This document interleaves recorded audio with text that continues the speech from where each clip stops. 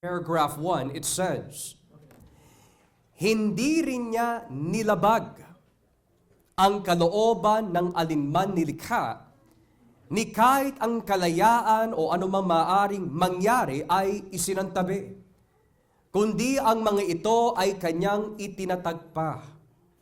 Nang ibig sabihin, when you look at all the things that were confessed here, ang ibig sabihin po nito is that God is sovereign, but He never mitigated or set aside the free will of men. O sa madaling salita, ang Diyos ay soberano, gayunpaman, hindi po niya pinakialam o isinantabi ang kalayaan ng mga tao na ayon po sa kanilang likas. Now, what does that mean? Well, in our last study, nung nakaraan po na Lord's Day, we have come to learn, mga kapatid, that God is completely sovereign. At kapag sinabi po natin God is sovereign, it means God controls everything completely in all of His creation.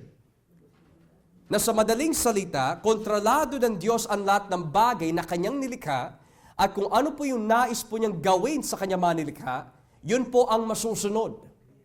Gayunpaman, it does not mean, nor does it belittle or mitigate yung kalayaan ng tao. The reason why napaka-importante na malaman po natin ito is because these two truths ay nakasaad po sa Biblia. God can do everything and anything. Pero binabanggit din po ng Biblia, men make choices and they must fulfill responsibilities. God is sovereign, but humans have choices. Now, if we can remember last Sunday, we talked about primary causation. And we've also learned about secondary causation. Walang bagay na natutupad po o nangyayari sa ating mundo that God first did not decree. Nothing happens in this universe unless God decreed it. Every blessing upon our lives primarily is caused by God. Every terror that we see in this world was decreed by God to happen. Subalit, for every terror and for every evil, so to speak, that happens in this world, hindi ang Diyos ang may akda sa kasalanan. In other words, God decreed that there would be a Holocaust, and that happened. But God is not the author of the Holocaust. God decreed na mahulog si Satanas, but God is not the author ng kasalanan ni Satanas. God decreed na mahulog, matukso si Adan. But God is not the author of Adam or Eve's sin. In other words, these two truths, kitang-kita ho natin, God is responsible primarily, pero yung gumawa ng kasalanan na pinintulutan ng Diyos is not God Himself, pero yung kanyang secondary causes or agents. So ngayon, when our Reformed Baptist says, hindi rin niya nilabag ang kalooban ng alimang nilikha, ni kahit ang kalayaan o anumang maaaring mangyari ay isinantabi, kundi ang mga ito ay kanyang itinatagpa, what our Reformed Baptist brothers are teaching from the Bible is this. When you sin, you cannot say God made you do it. You're responsible sa iyong sariling kasalanan. Nang ibig sabihin ko ako'y magdanakaw, hindi ko pwede sabihin kapag ako'y nahuli ng mga polis, kasi God made me do it. No.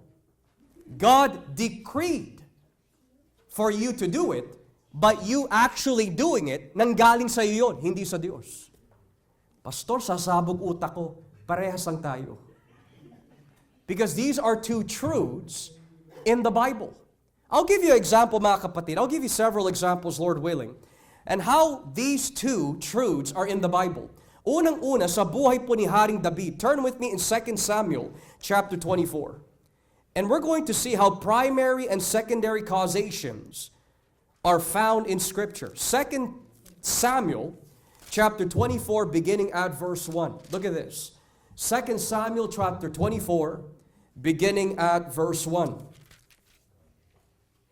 Sabi po ng Biblia, muling nagalit ang Panginoon sa mga Israelita. Kaya ginamit niya si David laban sa kanila sa pamagitan ng pagsasabi sa kanya na isensus ang mga mamamayan ng Israel at Judah. Again, the anger of Yahweh burned against Israel, and he incited David against them, saying, go and take a census of Israel and Judah. Now, who wanted the census? Who was the agent of the census? Pero hindi pa ho natapos diyan, dahil may isa pang figura na binabanggit. Turn with me in 1 Chronicles chapter 21. 1 Chronicles chapter 21.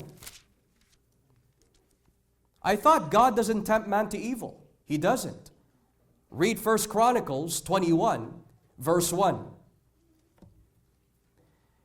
Inatake ni Satanas ang Israel, kaya inudyukan niya si David na ipasensus ang mga Israelita.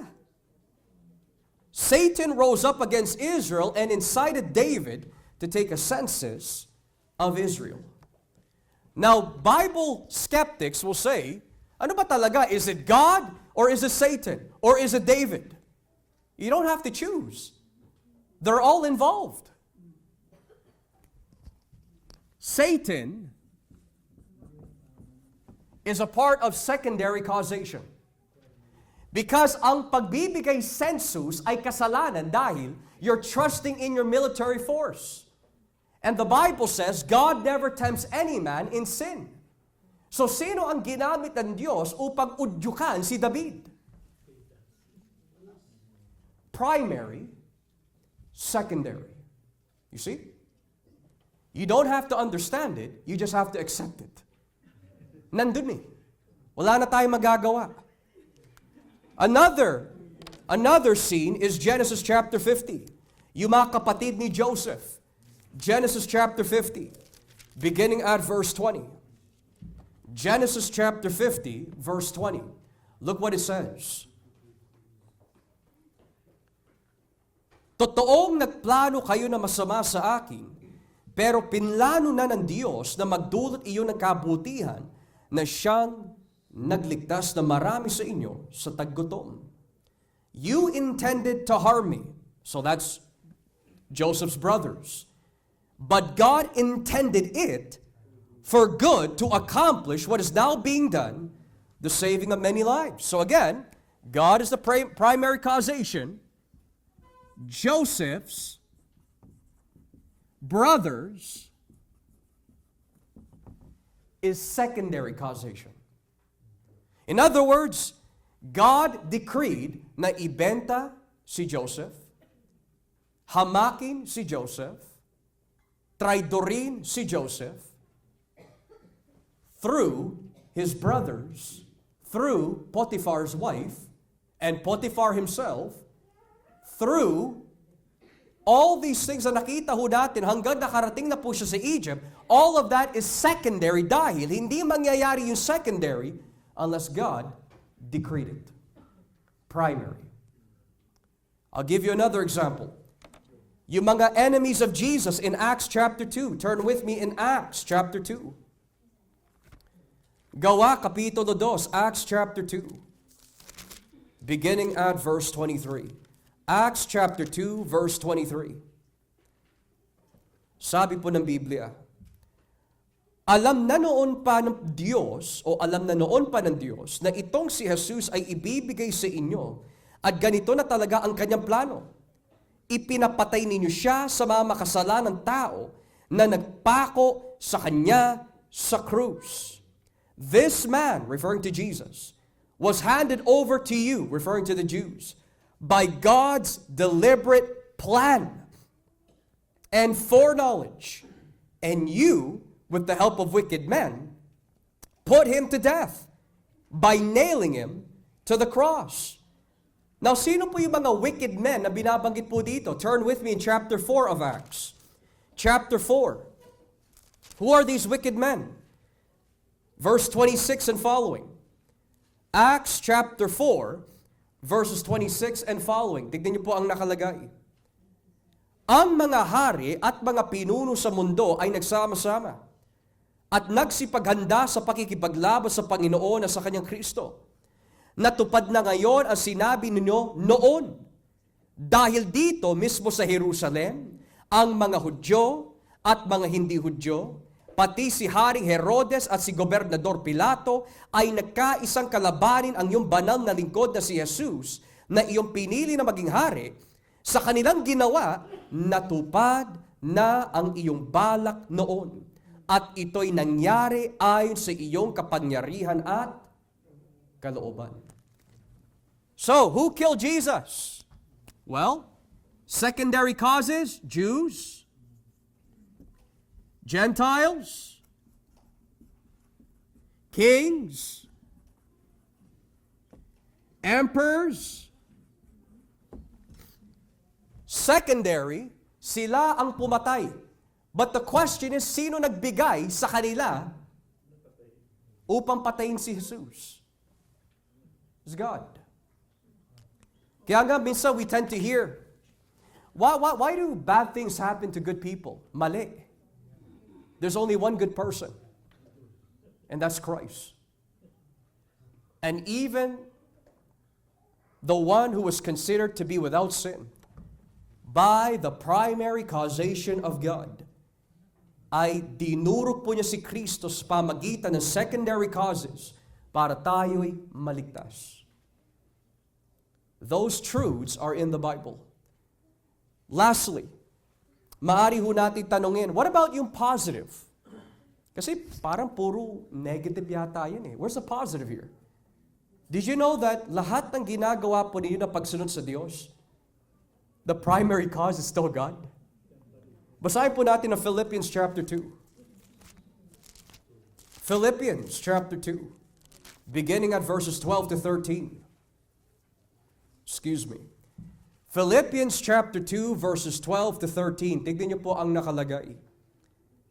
Mga minamahal, kung paanong lagi ninyo akong sinusunod noong magkakasama pa tayo, lalo sana kayong maging masunurin kahit ngayong malayo na ako sa inyo. Now here's our responsibility. Sikapin ninyong ipamuhay ang kaligtasang tinanggap nyo at gawin nyo ito na may takot at paggalang sa Diyos. Continue to work out your salvation with fear and trembling. So that's secondary causation. How do you do the will of God? Well, verse 13, sapagkat ang Diyos ang siyang nagbibigay sa inyo ng pagnanais at kakayahang masunod nyo ang kalooban niya. For it is God who works in you to will and to act in order to fulfill His good purposes. So no wonder why na kahit na ginagamit tayo ng Panginoon, you can never boast. It's because of me. You just can't. Because the reason why you're so effective, secondary, is because of the primary. Kaya nga, when we reach Jesus in glory, talagang hindi natin masasabi, it's because of me, but rather, it's because of you. Grace. So ngayon, kung hindi pa ho tayo maaari kontento sa ano ba talagang ibig sabihin ng lahat ng ito, dito na ho tayo magtatapos, Romans chapter 9. Basahin natin ang verse 18. Kasi kung hindi tayo makontento sa sagot ni Pastor, ito na ho ang magbibigay na ho sa atin ng nail in the coffin. Romans 9 verse 18. The Bible says, Romans 9 verses 18 and following, Kaya nga kinaawaan ng Diyos ang ibig niyang kaawaan at pinatitigas niya ang ulo ng ibig niyang patigasin. Maaring may magsabi sa akin, kung ganoon, bakit pa niya pinapanagot ang mga tao sa kanilang kasalanan at sino ang makasulungat sa kanyang kalooban? And the answer, pero sino ka para magreklamo sa Diyos ng ganyan? Tayo'y mga nilikha lang ng Diyos. Kaya hindi tayo makakapagreklamo kung bakit niya tayo ginawang ganito. Tulad sa isang gumagawa ng palayok, may karapatan siyang gawin ang putik ayon sa gusto niya. May karapatan siyang gumawa ng dalawang uri na sisidlan mula sa iisang tumpok ng putik. Ang isa ay pang-espesyal at ang isa naman ay pangkaraniwan lang. So what's the answer? Well, the answer is, the Bible teaches primary and secondary causation. God is fully and completely responsible for everything that happens in this universe. Subalit, through secondary causation, sa kanilang kalayaan, sa kanilang sariling kasalanan, God is not responsible for that. They're responsible for that. And if we don't understand kung bakit ganito ang itinuturo ng Biblia, nagbigay nga si Pablo ng solusyon. Sino tayo para magreklamo? Amen? Now, before we close,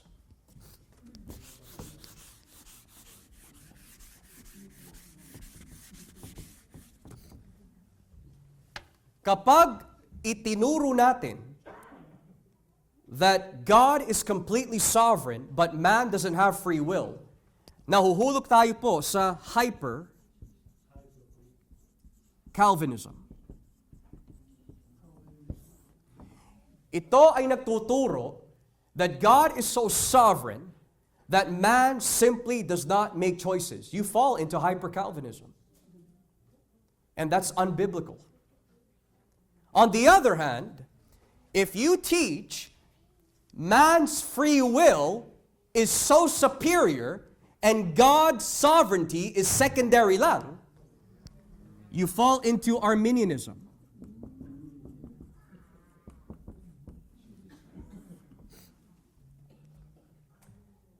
So one emphasizes on sovereignty but sets aside free will.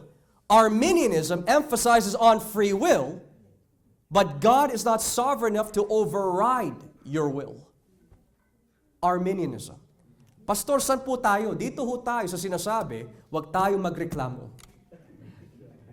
Because that's what the Bible teaches. They're both there. Pero nais ko rin po ipaliwanag, free will biblically does not mean, apart from grace, may kakayahan ka lumapit sa Diyos. What we talk about free will is kung saan nakatali ang iyong kalayaan or saan nakatali or kung nasaan man ang iyong estado, whether you're in Christ or not in Christ, doon din papunta ang iyong kalayaan. If I'm not in Christ, my free will is always against God. If I'm in Christ, God helps me to put my will towards Him. Pero, wag sana tayo mahulog sa dalawang ito. So kapag tinanong ho kayo mga kapatid, ano ba talaga? Is it sovereignty or free will? It's both. So ano kampo ka? Nasa kampo ako ng I don't know kasi I don't have all the answers. But it's in the Bible. Okay? Mas maigi na po na sabihin, you don't know, kesa magyabang, tapos mali-mali pala ang itinuturo mo. Nakakahiya yun. So, nasa tama lang ho tayo, we just don't know. Pero one thing is for certain, God is sovereign, God is good. To God be the glory. Let's pray.